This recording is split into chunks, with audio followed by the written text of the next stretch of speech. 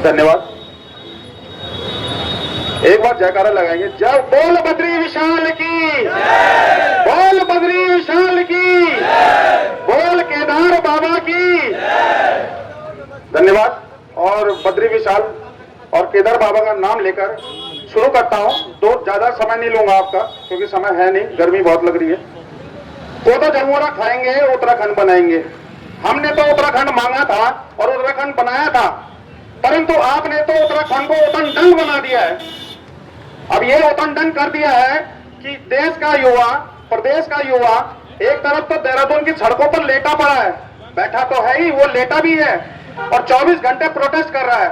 अपने केवल क्या मांग है उसकी मांग यह है कि जो पेपर हम इतने महीनों की, इतने सालों की कठिन तपस्या करते हैं, हमारे माँ बाप हमारा पैसा फूकते हैं अपना, और तब जाकर हम पेपर देने लायक होते हैं ताकि हम नौकरी एक हासिल कर सके कोई, और आधे घंटे के अंदर होता यह है कि वो पेपर लीक हो जाता है।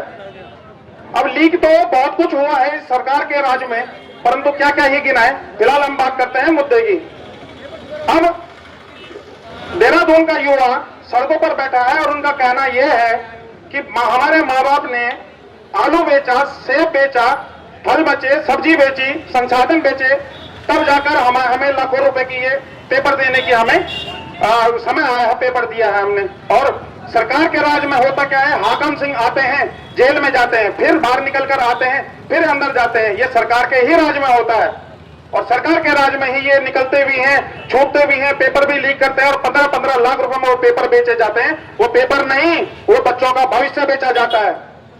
वो बच्चों का भविष्य ही है जो बिक्री में लगाया गया है और कीमत लगाई है उसकी 15 लाख रुपए बोली लगाई जा रही है आज के युवा की।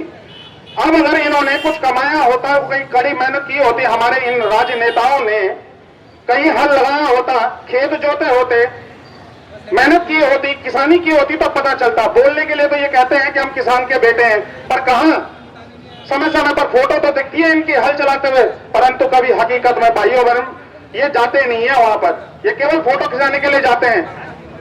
तो आज का युवा आज यहाँ कोटद्वार सड़कों में है, तो इसके लिए भी जिम्मेदार हमारी मौजूदा सरकार है और जो हमारी पुरानी सरकारें हैं वो तो है ही हैं।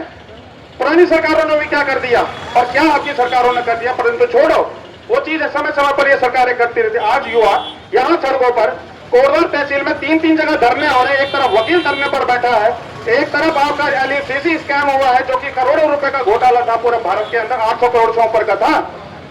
एक तरफ आपका स्मार्ट मीटर का विरोध हो रहा है, एक तरफ लालडांग चिल्लर खाल पर बैठे पड़े। अच्छा, लालडांग चिल्लर खाल पर हम 16 दिन से प्रोटेस्ट में बैठे हैं और वहां पर बातें चलती हैं कि ये लोग नाचने गाने के लिए जाते हैं वहां पर।